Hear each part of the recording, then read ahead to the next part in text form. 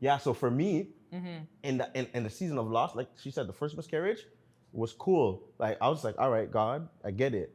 The second miscarriage took everything out of me. Like I've never cried the way I've cried ever before in my life after we lost that second baby. And it was important for us to be there for each other, man. And what I'll say is that there's a lot of people going through this right now, yo. And I don't know who's watching this episode, who's listening to this episode. If you're in a season where you're struggling with pregnancy and the doctors are telling you something that the baby will not live, I want to speak life right now into your womb, and I want to let you know that you will live. The baby will live. Keep on fighting. Have faith. It gets better.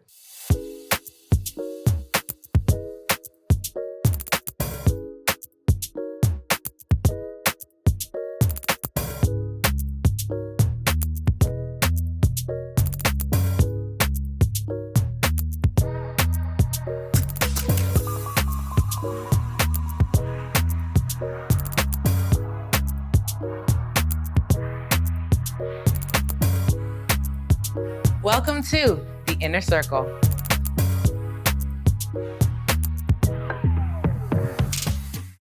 This episode is sponsored by M Club. Co-working space by day, event space by night. This space is perfect for your upcoming celebrations. Whether it's a small intimate gathering, a dinner, celebrating a milestone, or looking to do a corporate event, this is the space where you want to be. It's modern, chic, minimalistic, so you can really have fun with your creativity. Also, if you are an entrepreneur, small business owner, or looking to just get out the house and get away from that home office, M Club is a co-working space really set for you. From amazing amenities to a personal gym and having on-site chefs to really feed your needs for lunch, snacks, whatever it is, they've got you covered. So come on in, check it out today, and book your tour at hello@mworldclub.com.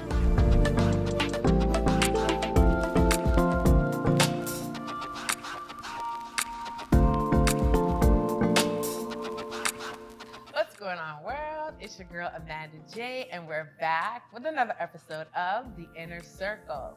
So, today is a very special day. One, because this is the first male guest on The Inner Circle. See, who's out there? And two, because this is my family, guys. Bam, bam, bam, bam. This is the first family included episode or incorporated episode of season 2, and I'm so excited. So let's introduce to you the voices that you've clearly been hearing.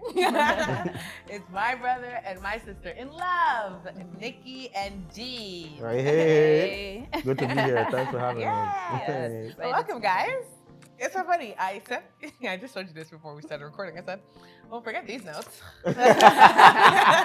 Notes. Because honestly, like there's like when I wrote this, honestly, I think I wrote this like the outline of this idea of this episode, like generally probably in September when I was on my way to California and I was on the plane and I was just like, oh well, I'm getting some downloads here, so. Tell me if the choker started to anyway, I got you. You're blessed, fam. But anyways, it was in September, but I remember when you guys were coming on, it was like, oh, it's 12 months, I need a couple. I'm like, well, duh. I'm going to use the ones that I live with. Right. So there's that. But this week, everything just went left. Yep. And let's be honest. Not this week. The last 2-3 years of our lives, it's been just a lot going on. But I think one of the topics that are on this paper that I do want to talk about is just the Black family. And I want to talk about just the importance. I want to start there. I know we're going to get into a couple stuff. You guys are here for that. It's fine. It's Valentine's Day, because this is dropping on Valentine's Day. So congratulations. Happy Valentine's Day. I'm going to be in the air. Can you just get out the way? But I want to talk about, like, for you guys, like, you have a movement called BKBQ movement, and it's all about, like, empowering the nuclear family. That's what I would say. Like, having mom and dad in the home, and you have given birth to my beautiful nieces, and I just want to talk about, like, from your perspective as a man, as a black man, and a black husband and father, as a black mom, wife, and a black woman. Like, is there pressure in your role? Like, how do you see your role in the black family, and like, just like, what's that been like, just navigating that? Because you guys went from like friends to married. There's just so much happening. Right. If you want to learn more, go to Nicky and Dean's YouTube channel. We'll link it in the bio. But we're gonna talk about what we're gonna talk about here because we got 45 minutes. No, what to be honest, black family dynamic to me is the starting of black legacy. I think it's very important how you come up in family, and how you grow in family. Especially us coming from a two-parent household, I got to see the importance and the value that taught me coming up, and it taught me to show up. It taught me the importance of one having a mother who was basically my heart. She was so in alignment with my heart and everything that was going on in my world. She sure was. I remember specifically there were times where I found myself in trouble, a lot of trouble actually. And Tell the people, my mom, if you're watching this, don't worry. But she somehow knew everything that was happening. And that taught me the power of a praying mother. And she was able to get me out of a lot of things because her spirit discerned it. Yeah. And then when it came to my father, my dad, he taught me the importance of being a dominant and positive male figure in the household and what that looked like. To this day, I haven't seen anyone that works as hard as him. And it taught me that it doesn't matter where the family is, it's your job to make sure that you show up every day as your best self, man, and be present. Because I remember playing and going to baseball and all that stuff with my dad. As hard as he worked, he still showed up and was present in our lives. I mean, some would say, all right, maybe it wasn't as much as how we have it now because times are a little bit different now, but it taught me what the foundation of family dynamic looked like. And we were fortunate to grow up in that type of environment. And what that did was now trickle down certain habits and things that were implemented in our lives. Now we can now pass down to the next generation. And that's where legacy begins because we come from it, we know it, and we now know, all right, these are things that worked and these are things that didn't work. And because we know that, we can now implement and adjust in now our lives and in our marriage. And So then a question before I go to next. Because there are some people that aren't fortunate enough to grow up in a two-parent home, and more than likely, more often than not, it's without a father. So my question is, as a black man, as a black father, like, how can one, if you're a man, because I'm going to get you to speak from the male's perspective, like if you're a man who wasn't raised with a father and wasn't raised with that father figure in your life, like, how can you navigate just even trying to get into a space where you're showing up, or if you want to be a husband, like, how do you prepare yourself for that? How do you be a better father if you didn't have some example? Like, just speak to the men, because so some of life's best lessons learned are the ones you actually went through. And although it might be hard to not do the very thing that happened to you or that you were accustomed to growing up, you have to find it within yourself to break the chain. At some point in your life, there's going to come a time and a season where it's going to be up to you to break the cycle, break the generational curse, and you have to take that mandate and run with it. So I get it. They weren't raised in two-parent households, but for me, for the people that were, and now being a dad, what I can do now is community. Community is so important. Why? Because we have nieces that aren't really nieces, but we claim them as nieces and nephews that are in single-parent households.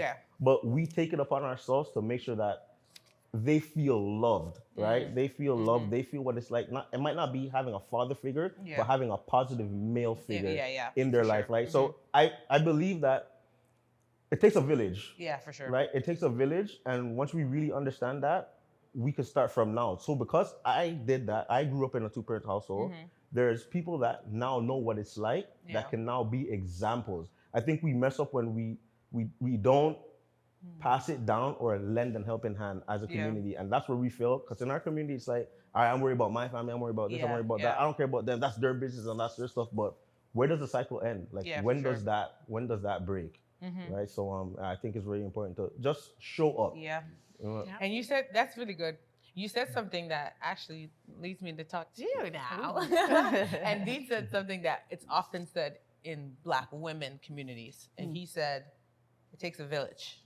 And you know, that's how, but I wanna ask you on the real.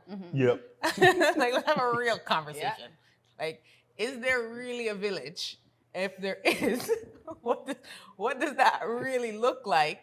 And like, how can women, like, who are part of that village, like, how can they show up better? Talk about, like, first, like, just being a Black woman and being a Black mom and wife, but like, talk like in the context of like that village statement, because I really feel like we say it a lot, but it's like, you know. I feel for like being a Black mother, a Black woman, I think Dean said something very important, and I think it's just being able to show up and be present and being aware of what your children are going through and knowing that they're going to hit certain things in life when they go to school. They're going to have certain things thrown at them, and you have to be able to pour into them and say, hey, well, this is what we are, this is what we believe, and build that thing.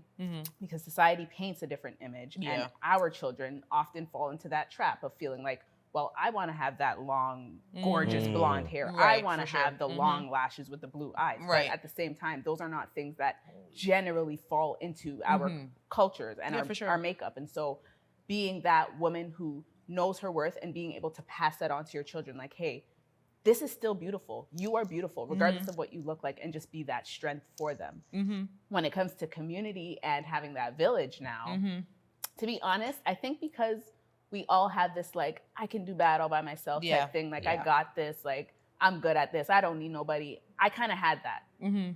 Before I had kids, I was like, I see my mom do it. I could do it. Easy peasy. You know what I mean? For sure. But there came a point, I don't know when that point was, but I was like, but I need people. Like, I need somebody to help me. I need to go to the store and Dean's unavailable. Who will step in? I'm sick. He's sick. Who's going to step in? And so being able to just have those people around, and it could start with a friend. It could start with an auntie. It could start with an uncle. It could start with grandma and grandpa. Just having those people in your corner that you trust, that you feel are safe around your children, and giving them a little bit of leeway to basically help you raise your children. For sure. It's not always easy because you don't always trust people, because the safest people can also be very detrimental. You know what I mean? People can always do things behind closed doors that you never really know. And so you kind of have to vet those people, vet the situation, and just take a step in trusting them. I believe that a village is very, very important, because even just today, for me and Dean to be here, we were scrummaging through our call logs to find, I have a babysitter. I literally just got a babysitter 3 hours ago. You know what I mean? And so it's so important to be able to have at least one or two people in your corner. Find trust in those people, make them your circle, and allow your children to be comfortable around them, so that if in the event you got to leave them with them, they know how to operate in that situation. And the older your children get, be sure to pour into them and be like, if you see certain signs, make sure you speak up, because that's not right. Like, that shouldn't be happening. You know what I mean? And so having a village, I think, is very important, and just be able to trust the people that you're putting into that village. And I feel like even with trusting people, having villages, it's ideal. You'd love it.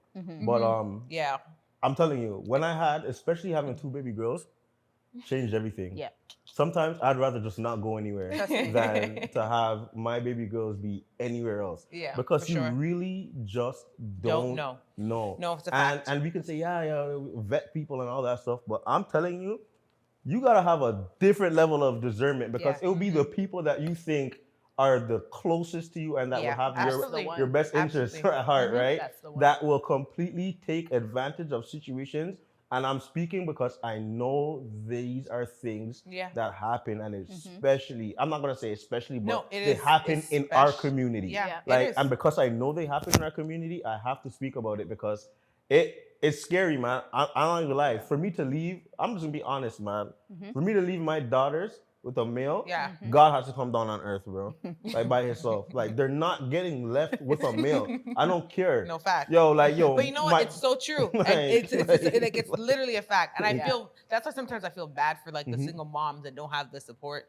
Because like you almost have to take it where you get it. Just lean but on it's anyone. you know what I mean? And like because it's just like, yo, either I stay with the kid or we don't eat. Yeah. Like, you know what I mean? So like it's so hard, but like I hear you because the statistics are wild. And not just for girls, but the statistics for boys too. Oh yeah. Oh, it's wild for like, and we're talking about sexual we're talking about sexual assault abuse and sexual abuse as a minor, and I'm saying like it's something that's so hard because I feel like for me having a tribe, I'm single with no kids right now. Give me a year or two. Just now. Period. Food. It's coming. But I'm saying like I feel like even just in my singlehood as a Black woman, like for me having a village, I feel like that was easier to acquire in a sense because like you just almost it's like the people that you can count on, but you may not. You talk to them once or twice a year, but like you call them, they're there. The hard part was the circle.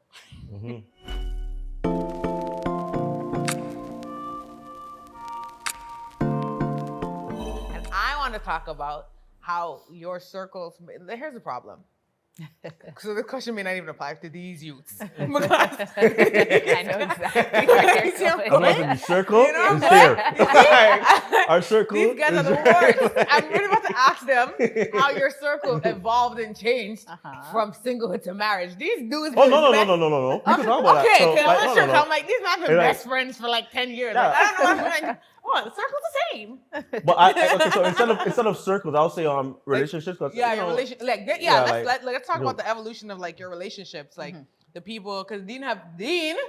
Disclaimer. Now you're laughing because you know it's coming. We'll talk about the shorties. Not the shorties. Dean has so many female friends before Nicky. I'm like, bro, like you're losing all your friends. You're gonna have no friends. You have one friend, your cousin.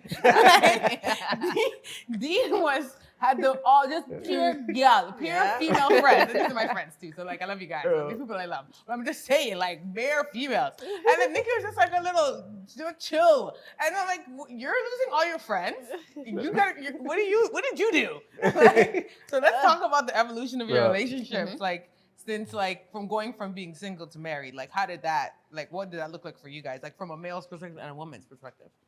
And it's funny.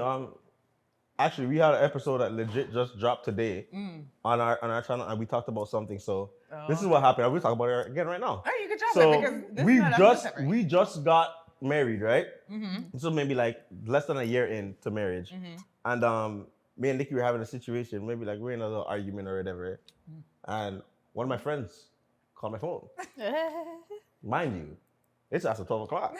Like, I'm sorry, 12 what? PM? Mind you, it's after 12 o'clock. Yeah. But a.m., right? So, Look at you. So Look at you. a friend called my phone, but so listen, so I'm freshly into this marriage thing. I'm just like, first of all, calm down. Like, I'm picking up the phone. What's the problem? So Nicky tells me, there's no way you're gonna pick up that phone.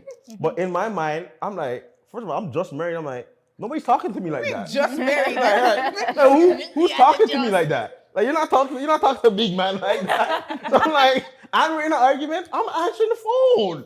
So I answered the phone. And then like who cares about the conversation? The fact is that I answered the phone. Yeah. And this is where relationships change from singleness to being married. Because at the end of the day, if it wasn't a problem for her, all right, it would have been cool. But because it was a problem and a trigger to her, and I intentionally did it, that's where the problem lies. Although it was something that I was accustomed to doing for so many years, I failed to see my wife in that situation, and I put me before her. And that caused harm, because I think that's probably one of our longest Let's talk fights. about that because you just said something that like I don't know how many men consider that. Like, how did you navigate that? Like, how did you put the ego and the pride aside? Is it because you knew what you did had affected her? Because I feel like that is the ideal, but that's not always the case. The truth, I don't know what we're going with the man.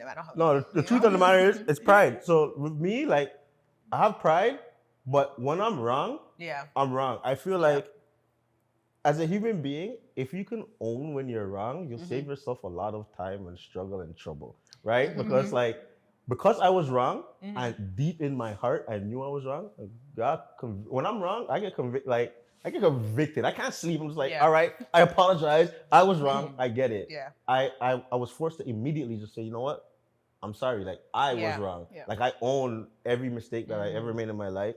I own it, and I think that comes with maturity and just like being confident in who you are, owning your mistakes, man, and also being what I submitted did. to God. Because Yeah. let's have a real conversation.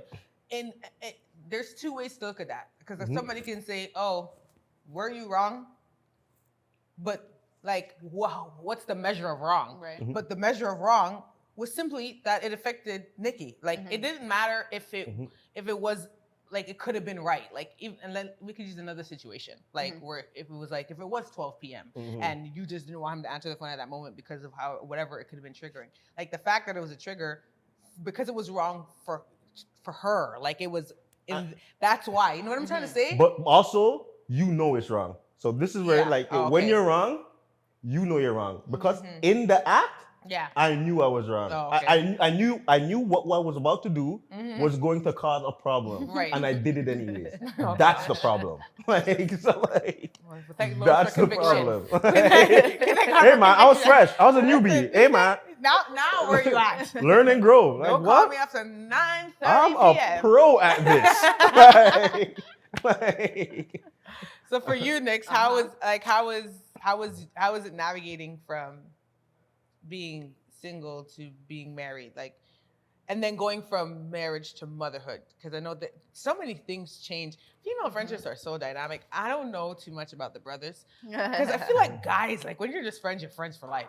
Women, listen, seasons for sure. Like, so I want to know, like, how did that look going from single to married to motherhood? Like, okay, so for me, I'm the kind of person who keeps my friendships for a very long time. So even to date, I have the very first person I met in kindergarten. Oh, wow. The very first day of school. Like we talk maybe 3 times a month. Oh, wow. But we're good. So I meet a lot of people in seasons, but I'm not quick to have friendships and bring people into my circles. And so when it came to me finally getting married, not much had to change. Because my friends were now getting married. And then when I was getting pregnant, a number of my friends were pregnant at the same time, including my sister. I know, we you were guys pregnant together. at the same time. Yeah. So not much really changed for me. Like I said, I Okay. meet people in seasons and they will run the course. And if Yeah. some point they gotta leave, it happens. But life still goes on for me. And I'm content with that. I feel like in the moment, in the situation, in the season, I give what is needed of me to give.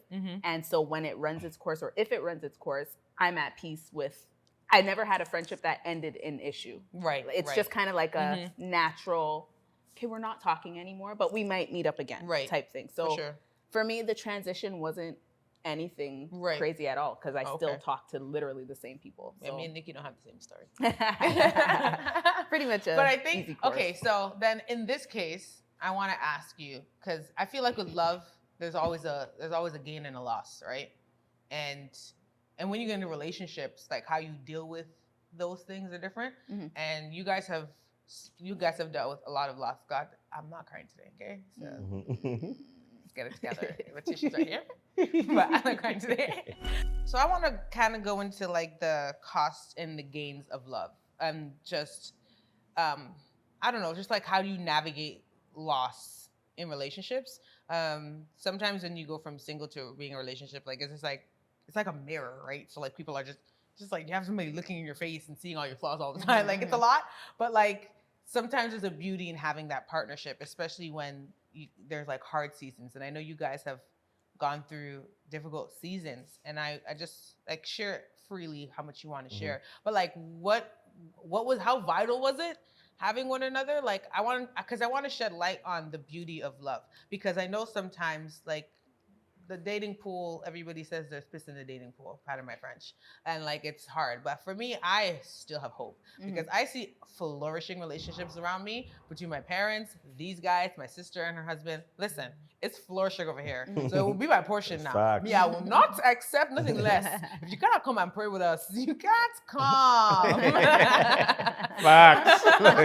So I want to know, like, just like, because I guess it's just getting that insight, like, how important is it, like, just having that partner, and like, how did you guys navigate the loss together, and did you guys like have miscommunications in that loss? I know you guys were friends before, but like, just that may be different because those situations are different, so your reactions may be different. But like, how was that, like, just navigating? Well, for me, I think it was uber important having that person with me, Dean, with me. Because we are best friends and we were best friends, I think he was able to read my hurt without me having to say anything.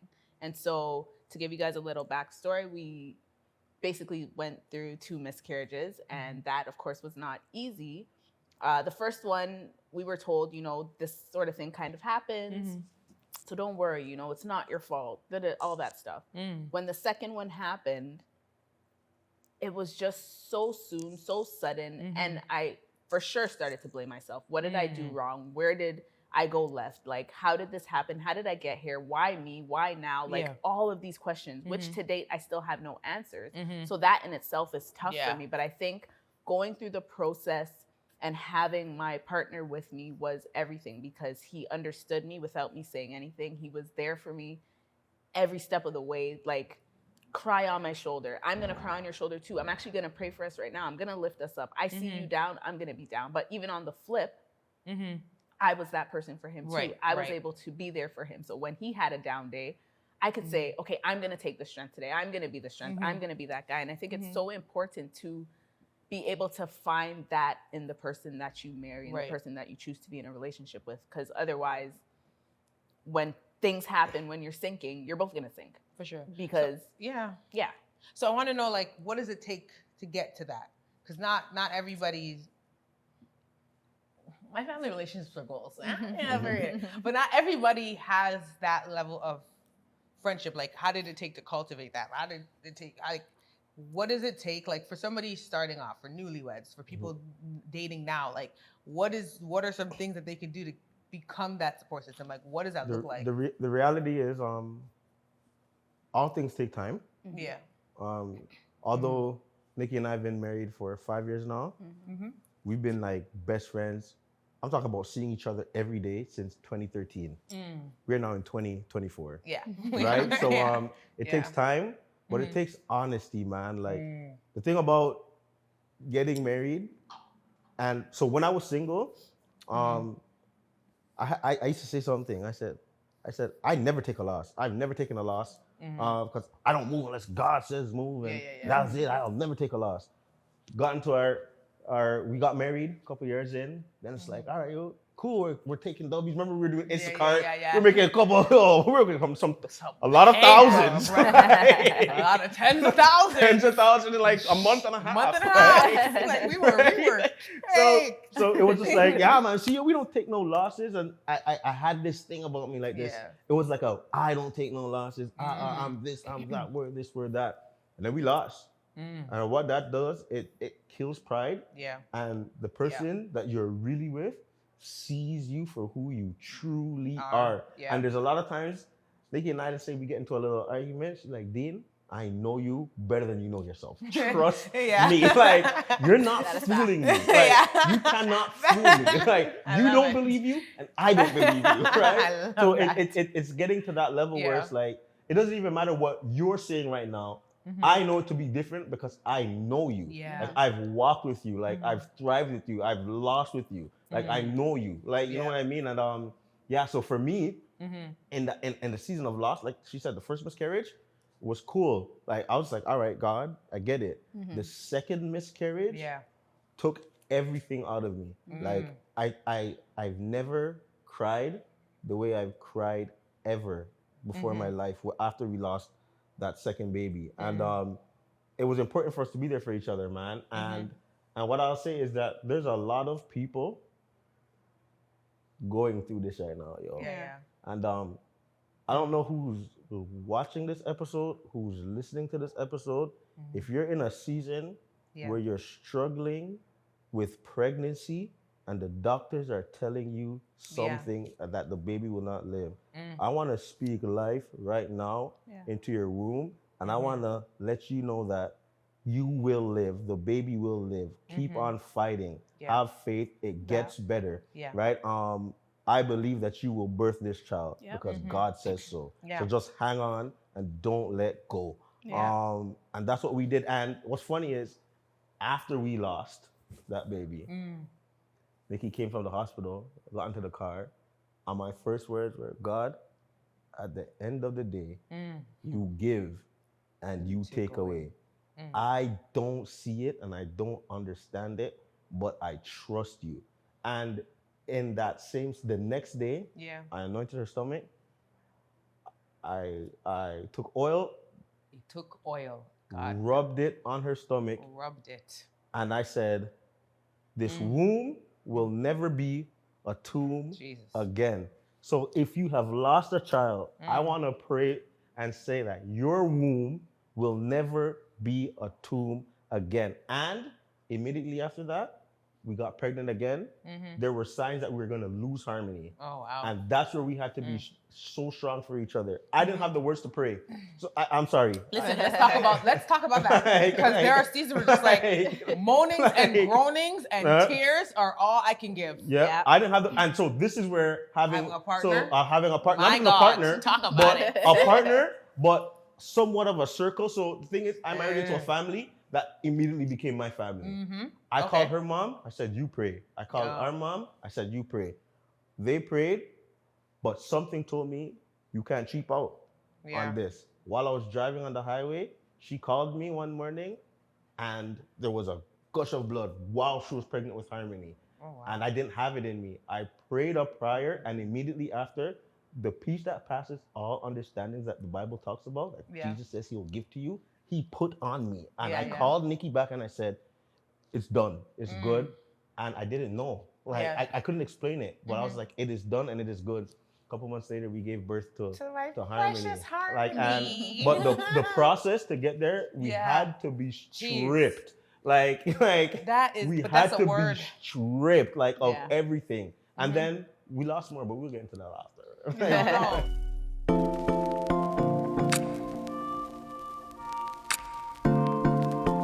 Now, this episode is sponsored by the one and only Meraki Mix. She is a local Toronto-based Black-owned business serving us island drinks from near and far. Y'all need to try this. She's got 4 amazing flavors, so check her out on Instagram to learn more about these flavors. Like, no, and that is the part that they don't tell you about in the manual to Christianity. That, hey, when you give your life to God truly, and like you surrender your life, you have to die to live. Oh my God. Literally. Like you have to literally surrender, and he will strip you because the hardest part is unlearning and the things that we think. He's just like, no, not that way, my way. And I told you guys, like in this season for me, the biggest test is faith for the way God is going to do something. Because sometimes you look around and you're just like, there's no way, not God, there's no way this can happen. And suddenly there's just a shift. And I want, like, that stripping season, it's hard, but like, hold on. Like, and this is why I plead to people, like, have something greater and bigger than yourself to hold on to. Have a foundation that's solid and a circle and a community of people that can actually pray for you. Because when you don't have it, somebody does. Somebody does. And when you think you don't have no strength, all of a sudden you get that little boost of strength you need to find the right words to say what you need to say. Man, I'm telling you. I'm getting goosebumps. I'm telling you. The hairs on my legs are standing up because I didn't shave. Like, that is what's happening right now. Too much. Too much. Right, the guy, the girl show. Well, you been a man on the show. First guy, like, it's too much. Whatever. But I want to talk about really quickly. I want to talk about the curveballs of parenting. Yeah, because you guys got some curveballs in Nicky. it. You got some curveballs in it. The girls, so my nieces, Melody, Harmony, cutest girls in the world. Good luck, brother. Strapped up. Good The word. luck. But yeah, they have their issues with allergies, and you guys talk about this on your platform. But I just want to know, like, how do you handle the curveballs? Like, because life gives us curveballs every day sometimes. And like some of the stuff we've been, I don't even say just the curveballs of parenting, just the curveballs even in marriage. Like when you thought, like, let's talk about the curveballs in marriage. Because one of their channels here about the curveballs in parenting. Hold on. She said next. Hold on. Because I'm like, nah. When, like we were up, like, okay, not we. These up, I'm on vacation. All right, fast. So like, Fallon was up, okay? Right. I was the only one not up, but everybody else was up, so I was up. You're up. And this on paper. Curveball. Boom, everything gone. And I want to know, like, in the marriage aspect, because God, I didn't even lose much, and I was tripping by my lonesome self. But like sometimes when you marry somebody, you picture this perfect life, this life you're gonna live, and we're gonna get this dream home, and we're gonna have this many kids, and we're gonna have this, we're gonna go these places, and then life comes, and you're just like, oh well, here's the home. You just put up a video sweeping the home for the renters. Like then here's the money. Like here's the money. Oh, we're up, and then boom, all of this stuff that we went through, losing everything. It's just like, how do you guys navigate the realities of marriage? Because I feel like that's where a lot of people's marriage fail. But I feel like for you guys, that was your foundation of strength. Like it strengthened the marriage more so. Hey, I'll tell you this right now. So for me, and I'll be short, sweet, and spicy. For me, you don't understand how important it is to marry your purpose partner until you hit the storm. So the fact that while I was breathe. Say it again for the people. Like you don't understand how important it is to marry your purpose partner, meaning the person that God ordained and assigned you to be with here on earth, until you hit a storm. You see, I was met with a storm, but because Nicky was my peace, I was okay. And that is that. Because when I am with Nicky, it feels like, all right, I can conquer the storm. And what was happening was, I'm telling you, the devil will put you in isolation. Oh my God, I'm just taking this in right now. I'm sorry. So what happened was, I was keeping everything inside me. Guys, we lost $500,000 of our money and a lot of $100,000 of other people's, right? After we lost that, I went into like isolation mode, and my brain began to go to jumping off a cliff. Every time I got in the car, I would try to just, let me just see. Let me see if I could just, I just want to end this. You know what I mean? Absolutely. And it wasn't until I talked about it with Nicky where I was like, I can't. But until I let her know, I was like this close to just like, man, I wish I could just do it. I wish it could just happen. But when I went to my peace, like everything was all right, because at the end of the day, I know that through thick and thin, she is the person, not who I want to be with, but who God destined for me to be with. And because I know that it was God ordained, it doesn't matter what comes our way. It doesn't matter how hard it gets. I know that together, we will be able to move any single mountain because God is in it. And that's that. And it's crazy that you say that, because so many people waver in that. Like they say that at the altar. But then life hits and it's just like, well, maybe, like, no, there's no room for that. And I don't subscribe to that, because it's just like, storms are going to come, and weapons are going to form. It's up to you whether or not they prosper, because God already said it won't. But if you succumb to those thoughts and those ideas, and you isolate and you don't share, like, guy, anything can happen. Anything can happen. And Jesus, Lord. So next for you, like, how was that? Like, how was that whole predicament and navigating that? Because, women, we idolize our husbands sometimes. Bro, and I said, tell him. prophesy. That's how you do it. Let's get it. Yeah. Anyways, but like sometimes women, like we can idolize our husbands, the idea of who we want them to be, how they protect, how they provide, all that stuff, and then but nobody prepares us for what the storm's gonna look like. Mm-hmm. You really don't know. You just have to almost brace yourself that it's gonna come. So how did you like kind of keep your, like, how did you navigate that season mentally? Okay, so for me, I know Dean felt a lot of the blame was to fall on him, but I wanted him to not feel that way because before we made the choices we made, he came to me and ran it by me. So at that point, in my mind, it wasn't a choice he made on his own. That was something we did together. Though he might have had the biggest step in it, it was something we did together. So when we lost everything, it was a shared. I felt, I was bearing that pain. I was bearing that hurt. And I felt like some of it, I had to take onus of some of that too. And so in his hurt, I was hurt. In his cry, I was also crying. And so I was able to navigate that and just be calm first. And I knew he was taking it very hard. Yeah. I could not be taking it. I could not take on that same level because at that time, we're going to butt heads. We're going to get into problems and things are going to go left. So you got to use wisdom and also knowing your person, your partner. You got to know that person enough. If you see your man crying, he's hurting. You don't see that on a normal day. You know what I mean? And so I had to be able to be that strength. I had to be able to take that onus and be there for him. And so just being able to remain calm, I think God just granted me that peace and allowed me to push through and get through it. And there were some days where I would be just like, I'm ticked off. Like, I can't believe this happened. And Dean would be the one to be like, well, it wasn't really our fault. And like, that's what, like, so it was just like a give and take type thing. Like we work together and that, like he said, it's something that you have to build. Like it doesn't come overnight. Yeah. But I think in knowing your person, making sure that God is in your marriage and your relationship, making sure that he is leading it and making sure that you're including him in your choices and your decisions. I think all of those play a huge part in the success of a marriage and in the success of a relationship. So that when you do hit a storm, he will help you navigate through it. And though we're still dealing with some of the remnants of it, we're at a place of semi-peace. We don't argue. We never argued about this situation. We don't actually really ever it's just argue. That's just adding fuel to the fire. Like there's no and need. you gotta pick your battles. For really. sure. You really and I think that is, I'm not gonna speak for all Black women. But, hey, shoe fits.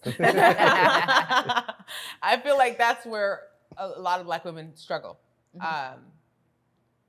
You said something about like if you see your man crying and like there's a vulnerable moment, it's just like pulling on that strength. And I think we're also good at that at the same time. There's like a time and a place.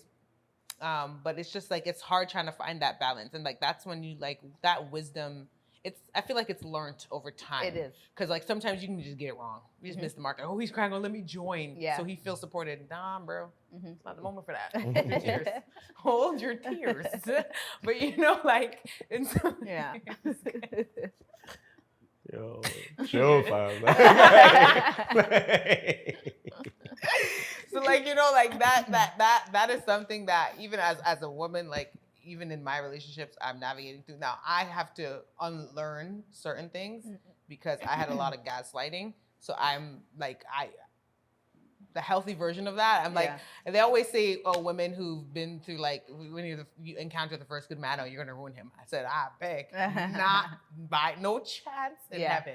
I'm gonna do well because I'm doing the intentional work of healing on the back end. So I don't know. I feel like this love, marriage, Black legacy, it's so important, but like, it's so under talked about here. And I would love to know, like, because you guys are one of few, and I'm really just being generous because currently I can't think of one, but like one of few movements that empower Black men and women to come together.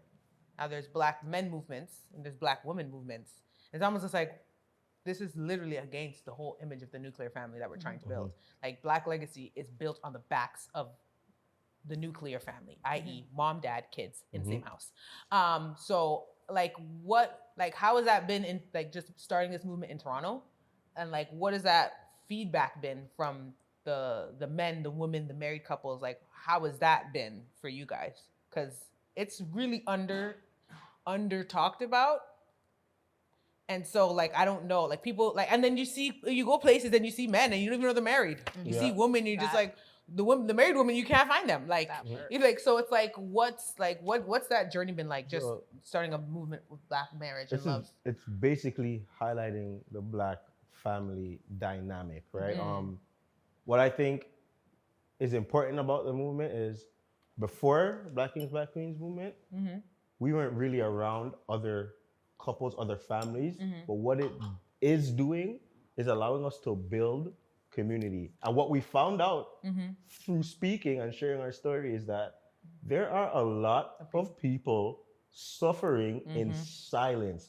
And if the devil could take your voice, he has you. I always say there's an entire audience out there waiting on your yes. If you could only muster up the courage to share your story, right? And so that's what we're trying to do. One, we know that there's a lot of suffering, so what we're trying to do is break that by having people share their stories. Through BKBQ, we have this thing called the huddle, where it's like, we really want to hear your story. And then outside of that, it's like showing and demonstrating firsthand what thriving Black family dynamic can look like and should look like. For sure. So that now we can lend a helping hand and be on the same journey with other people that aspire to be like this, right? And because there was nothing like it out here, I think it's still in its infant stage, and it's we're building it, and but like I'm excited for what's to come with it, and I think it's very needed. But you said something like, we need the Black Kings and Black Queens movement, so the Black male and female, but we also do need movements like what you're doing, because my thing is, women need women. Point blank period. Men need men, but to combat that, we need each other more than anything else, right? So that's where we're just filling the gap. And I think that's the thing. Like it's just, we need those spaces and those we need those spaces to be built in our community, and we need people to build them and stay in their lane. Because the problem is sometimes, like, we build something and then it branches out to different stuff. Like, no, it's not for singles. This is for marrieds. Like, this is for women. Like, you know what I mean? It's just like being really intentional about preserving those spaces, because something has to be birthed here. And if we get out of our lane and we go left to right and center, like, we ruin what's trying to be birthed. So exactly. I would say, like, that is like super important.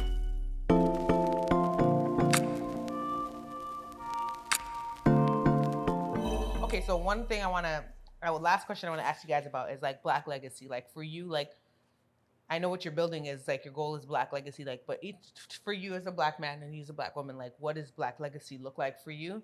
And, like, how can you, like, what in you do you feel like God has placed in you to be a part of creating that Black legacy? All right, so for me, I have a saying,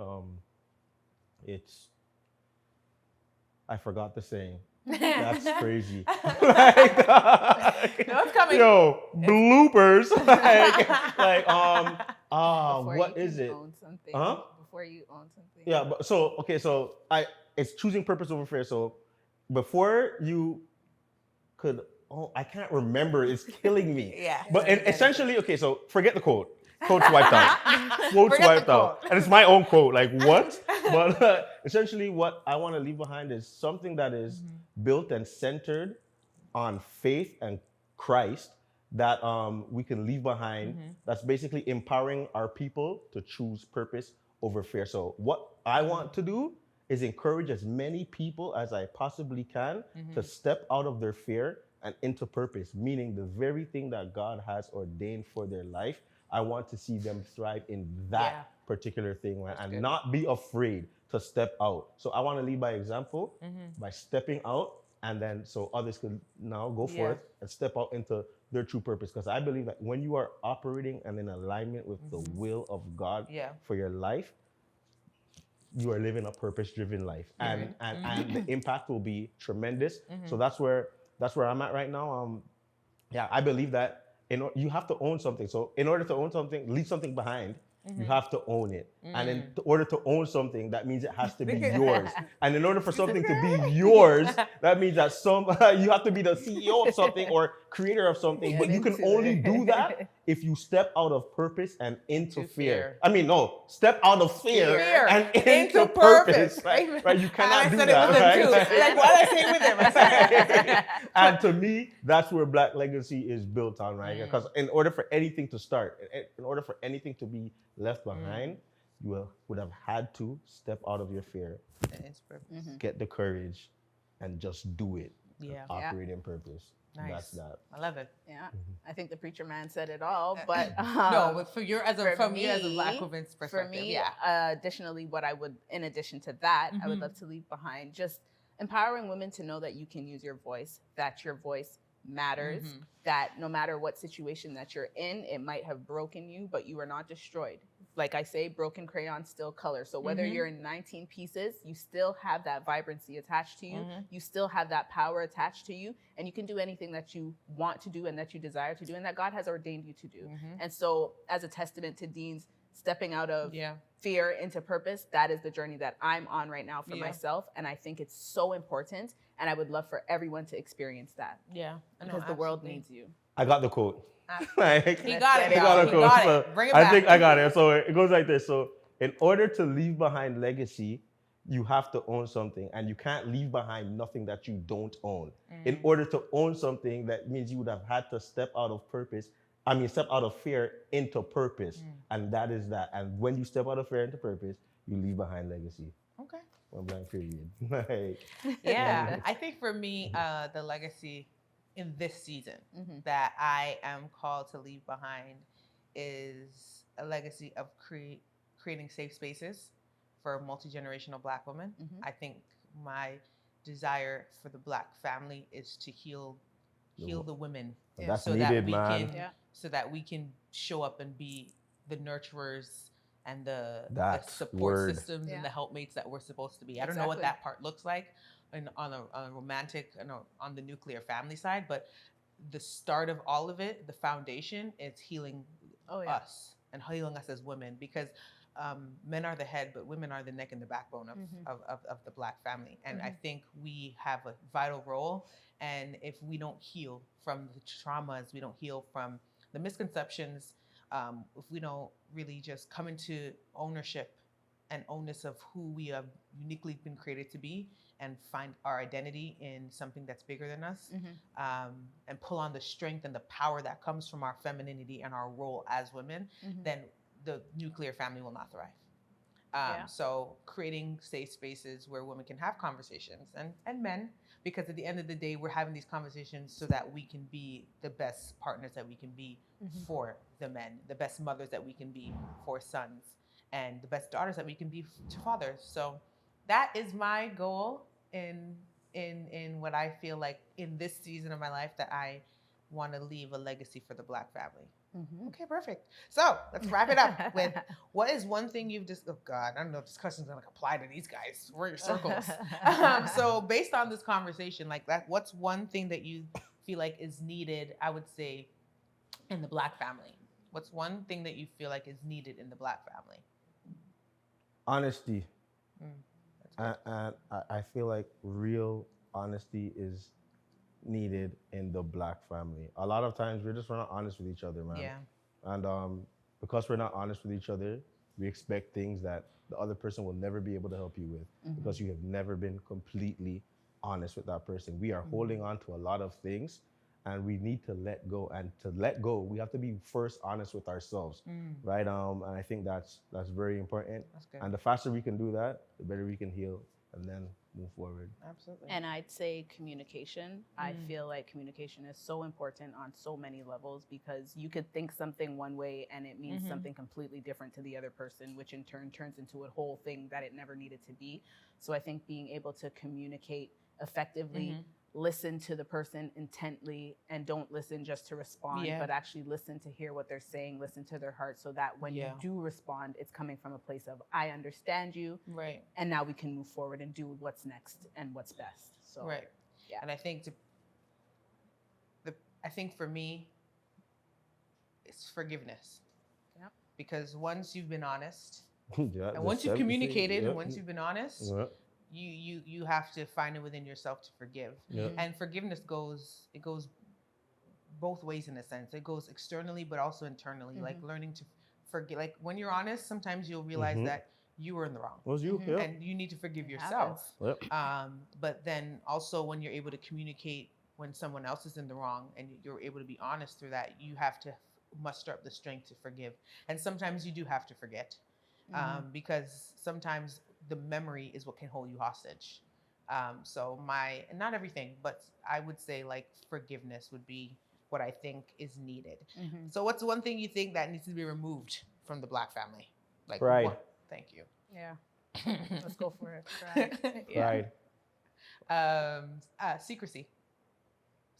Oh. I think there are too many secrets. Yep. And if we would just lay it all bare and get it out in the open, some man's making a death odds, but it's all right. But but you know what? This is one thing that needs to be eliminated. Yeah. People like having a problem with you telling your truth. Yeah. Like so, like in the Black family, there's always somebody that say, don't let nobody know this, don't do that, because like if you tell this person this, they'll think this. You don't want no one to know what you're going through and all that stuff. It's just like you're setting us up for failure, and we're breaking that. And you know what the crazy part is in your silence, people aren't getting free. Yeah. That's probably why we deal with so much in the Black family, because people aren't telling their truth and not telling their stories, not being honest. So now somebody else can't be free from your story. Freedom is found in stories and testimonies. So definitely let's kill that. All right, last question. How did this space make you feel? Amazing. Like I honestly just love having real conversations with real people. Like and that's that. I feel like there's a lot to be taken out of this conversation, and it's nice knowing that there's like-minded people. Although she's my sister, like there's like-minded individuals that are on the same mission, and knowing that my sister is going as God is leading her, and it's amazing. Honestly, I'm just sitting here. I'm just proud, yo. I don't care. Like I'm just proud. Like, I'm proud. Thank you. And I felt great being here against my little sis. So this also feels very great for me. It felt very inner and circle type, and I really enjoyed that. And I think this is the very first time I ever did a recording that I wasn't nervous about. So this is like, awesome, because Nicky was in season 1, y'all. Yeah, and I was sweating buckets, like rubbing my hand, doing the most, but I am calm, collected. My voice is not shaking out of the norm. Yes. So this was great, very safe space, and I love what you're doing, and this is amazing. Keep it up. Thank you. All right, y'all. Well, there you have it. That's another episode down in the books of The Inner Circle. Woohoo! Woo! Wishing everybody a happy Valentine's Day. All you singles, wishing you a happy Galentine's Day. Shoot. And until next time, bye.